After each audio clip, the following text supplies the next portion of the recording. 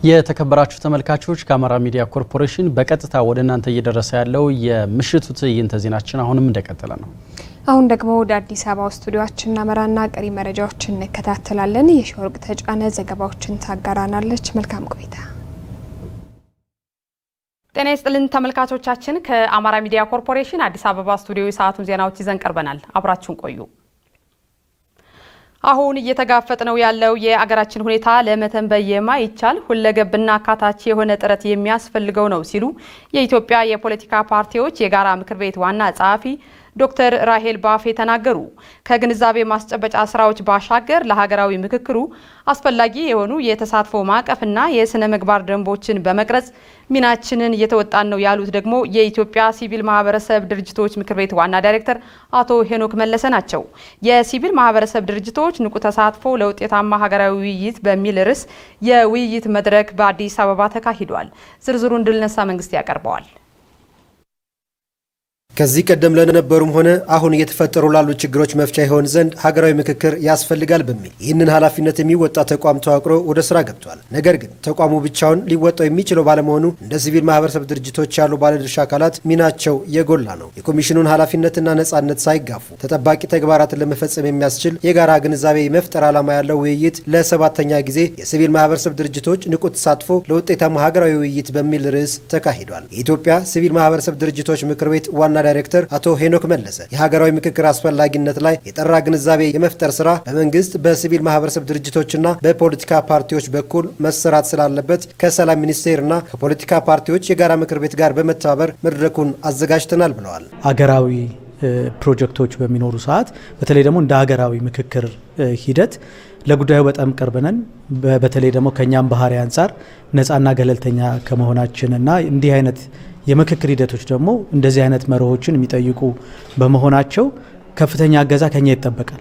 ይሄ ደግሞ በሀገራችንም ብቻ ሳይሆን እንዲሁ በዓለም አሁን እስካሁን ሀገራዊ ምክክር ካደረጉ ሀገሮች በተጨባጭ እንደሚታየው የሲቪል ማህበረሰብ ድርጅቶች በርካታ ጥቅሞች እና አይነተኛ ሚና አላቸው።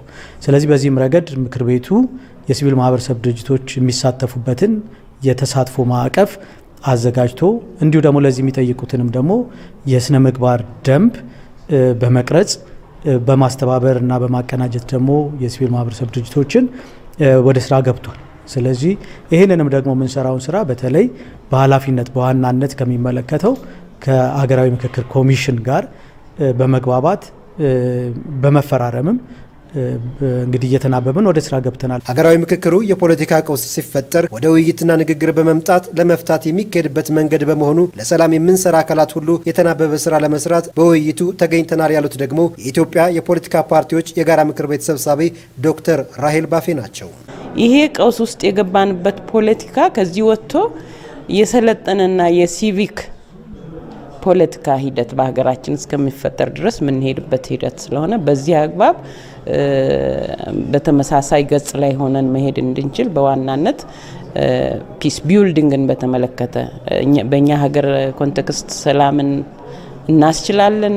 ለምሳሌ የመግባባት ሂደቶች አሁን ከሰሜኑ ጦርነት ጋርም ባለው በዛ መልኩ እንሄዳለን።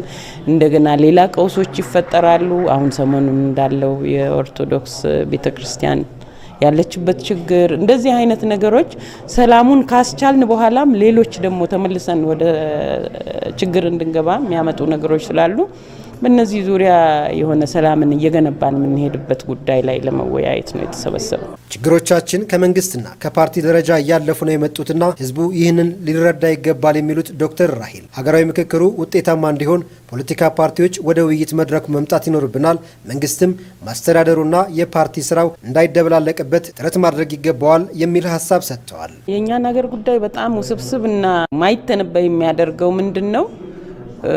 በየጊዜው የሚከሰቱ ነገሮች ናቸው። አንደኛውን ሰላም ፈተን ሳናበቃ የታቀደ ይመስላል ወደ ሁለተኛው ችግር እንገባለን። ልክ የዛኛውን ፊኒሺንግ ላይን ስንደርስ ሳልክ በፊት ምንገባ ነው ምን መስለውና ስለዚህ የኛ ጉዳይ የተወሳሰበ ነው። ለምሳሌ የኤትኒሲቲ ማንነት ይኖራል፣ የሃይማኖት ማንነት ይኖራል፣ ግን የተለያዩ ናቸው።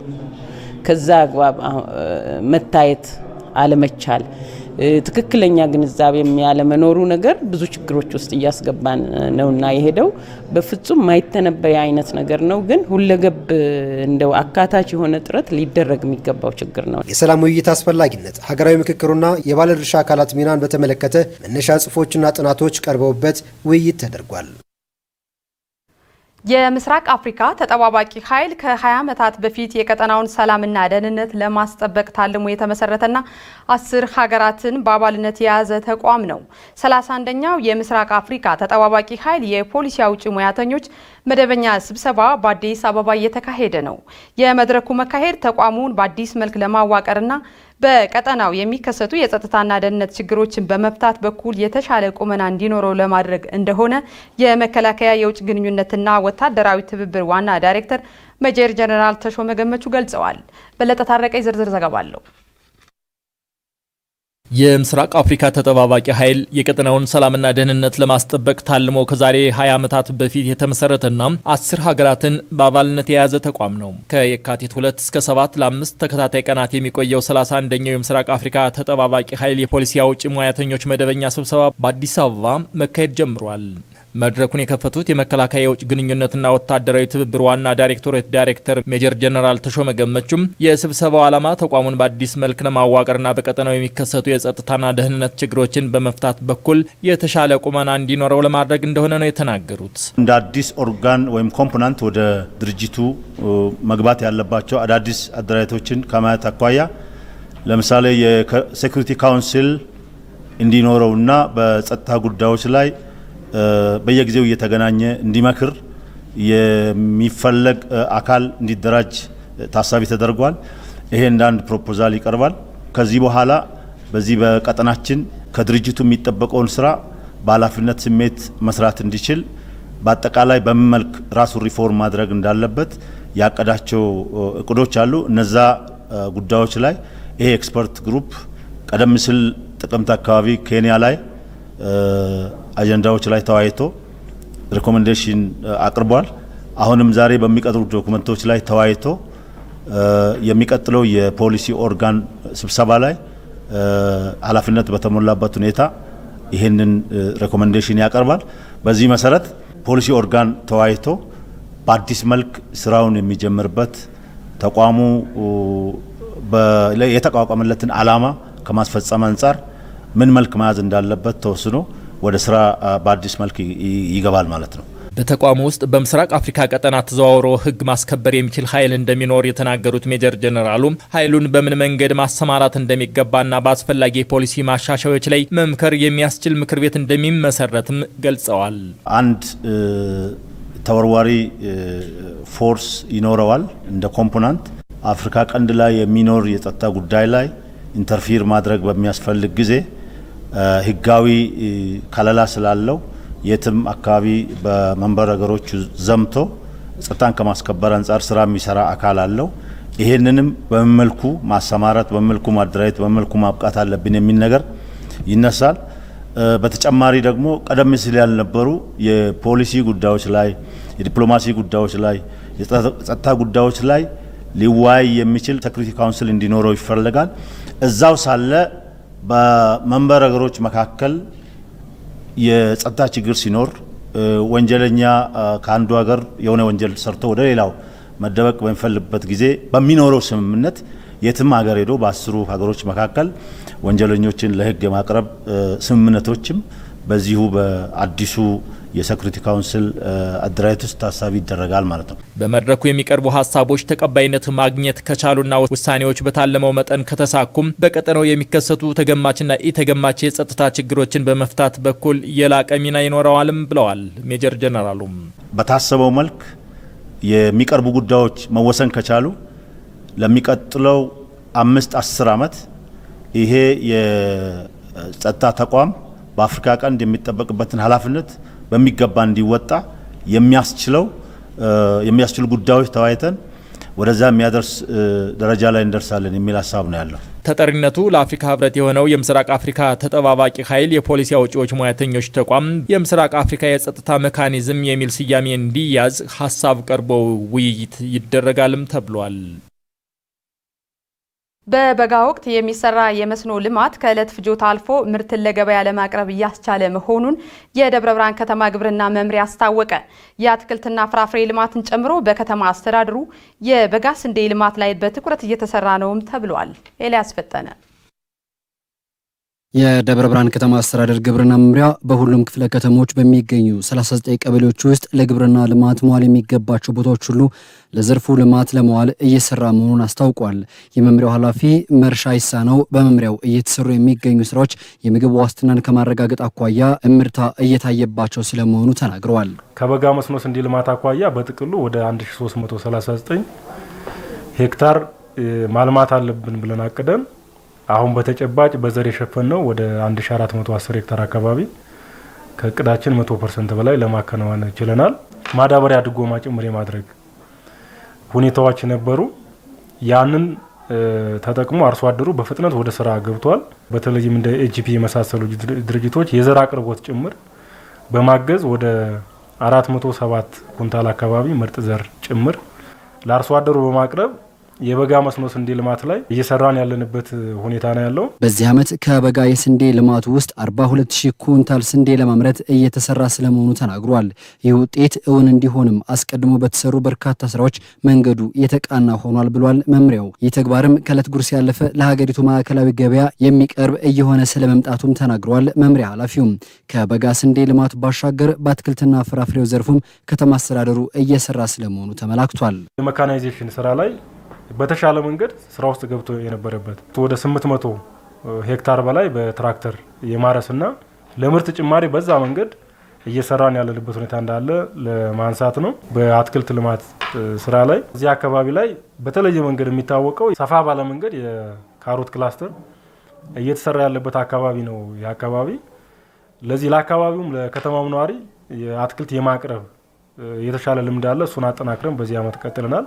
አለፍም ሲል ለአዲስ አበባ ገበያ ጭምር አርሶ አደሮች የሚያቀርቡበት እድል ጭምር እንዳለ አሁን እየተመረተ ያለው የበጋ ወቅት የመስኖ ልማትና የአትክልትና ፍራፍሬ ምርት የገበያ ትስስር በመፍጠር ከአካባቢ አልፎ ለሀገር ገበያ ለማቅረብ እየተሰራ ስለመሆኑም ተገልጿል። መምሪያ ኃላፊው መርሻ ይሳነው እንደሚሉት ከአሁን በፊት ሲፈጠሩ የነበሩ የገበያ ትስስር ችግሮች እንዲፈቱ ማህበራትን በማደራጀት ምርቶች ወደ ገበያ የሚቀርቡበት አሰራር ተዘርግቷል ብለዋል።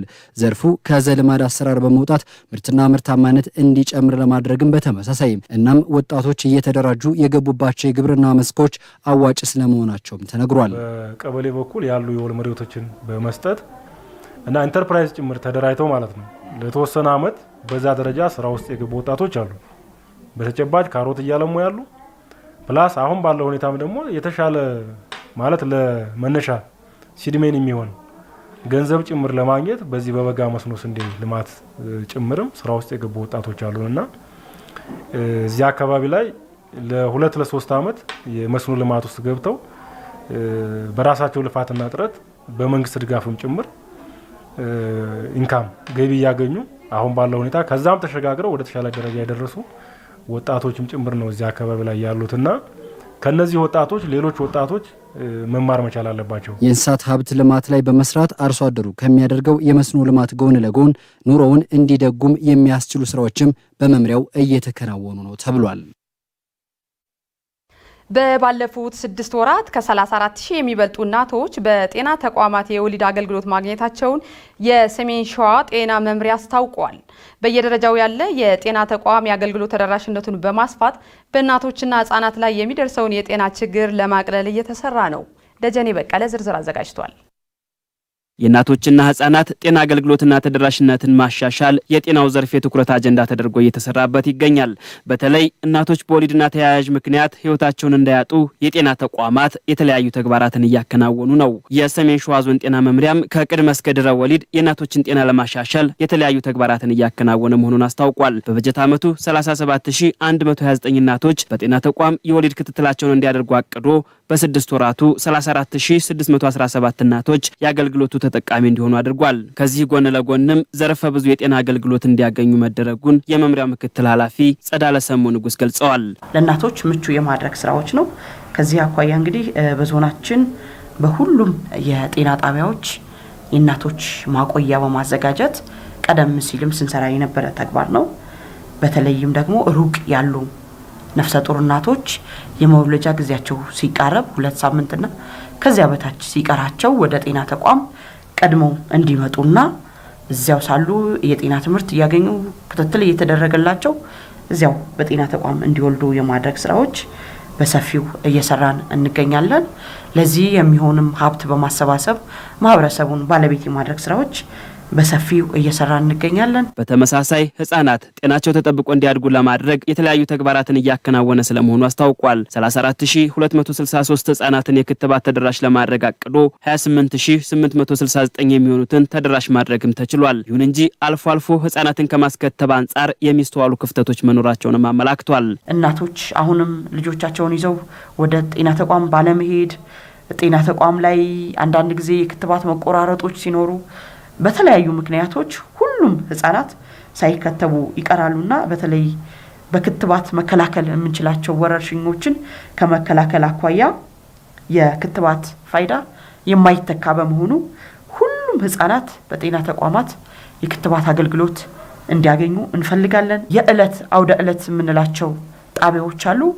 በየቀበሌው ተደራሽ ለማድረግ በየሩቅ ጎጦች እዚያ አካባቢ ላይ የጤና ኤክስቴንሽን ባለሙያ ሄዶ የክትባት አገልግሎቱን የሚሰጥበት ሁኔታ አለ። ከእናቶችና ህጻናት ጤና አገልግሎት ጋር የሚስተዋሉ ችግሮችን እየገመገሙ እንዲስተካከሉ ለማድረግ ጥረት እያደረግን ያሉት ወይዘሮ ጸዳለ አልፎ አልፎ ያልተቀረፉ ችግሮች መኖራቸውን አስታውቀዋል። ከነዚህ ጉድለቶች መካከል ደግሞ አምቡላንሶች ፈጣን አገልግሎት አለመስጠታቸውና በጤና ተቋማት የአገልግሎት አሰጣጥ ጥራትና ቅልጥፍና ለመኖር ይጠቀሳሉ። እነዚህን ችግሮች ለመፍታትም የተጠያቂነት ስርዓትን በአግባቡ መምራት ይገባል ባይ ናቸው። የጤና አገልግሎት ጥራትና ተደራሽነትን ለማሳደግም የተለያዩ ተግባራት እየተከናወኑ ስለመሆኑ ምክትል መምሪያ ኃላፊው አስታውቀዋል። ለምሳሌ የቡልጋ ጤና ጣቢያ የቀዶ ህክምና አገልግሎት እየሰጠ ይገኛል። በአሁኑ ሰዓት እነዋሪ ጤና ጣቢያ የቀዶ ህክምና አገልግሎት እየሰጠ ይገኛል። ሌሎች 5 ጤና ጣቢያዎችም በቅርቡ ስራ እንዲጀምሩ አስፈላጊውን ግብአት የማሟላት ስራ እየሰራን ነው። እነዚህም ሲጨመሩ የአገልግሎቱን ተደራሽነት ማስፋት የምንችልበት እድል እየፈጠርን እንሄዳለን ማለት ነው። በተመሳሳይ በቅርቡ የምናስመርቃቸው ሆስፒታሎች አሉ። እነ መተህብላ እነ ራቤል ሆስፒታል ሲጨመሩ ይህም ቀላል አይደለም። በተለይ በገጠራማው ማህበረሰብ እናቶች የጤና ተቋም ርቀትም በራሱ አንድ ተጽዕኖ ነውና እነዚህን ችግሮች የምናቀልባቸው ነው የሚሆነው። የእናቶችና ህጻናት ጤና አገልግሎትን በማሳደግ ሂደቱ አጋርና ባለድርሻ አካላት የነቃ ተሳትፎ እንዲያደርጉም ጥሪ ቀርቧል።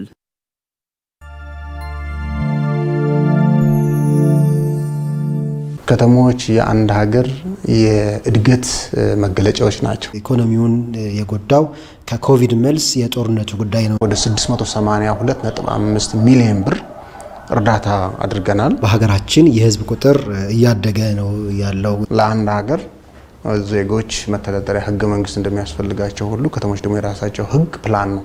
አገልግሎት አሰጣጡም አጠቃላይ ከተማው ደረጃም የኛ ከተሞች እንደሚታወቀው ብዙዎቹ የሚቆረቆሩት በፕላን አይደለም። የውሃማ አካላትን ሳይጎዱ ግንባታዎች እንዲከናወኑ ካሁን በኋላ እንዳይገነባ ለማድረግ ጥረት እየተደረገ ነው። የከተማ ትራንስፎርሜሽን አመራርና የከተሞች መልካም አስተዳደር አሁን አንድ ከንቲባ 1 አመት 2 አመት በላይ አይሰራም። ኮንስትራክሽን ዘርፉ ብዙ ቅሬታዎች ያሉበት ነው። በዚህ አመት ችግሮችን የመፍታት ስራ ነው እየሰራን ያለነው።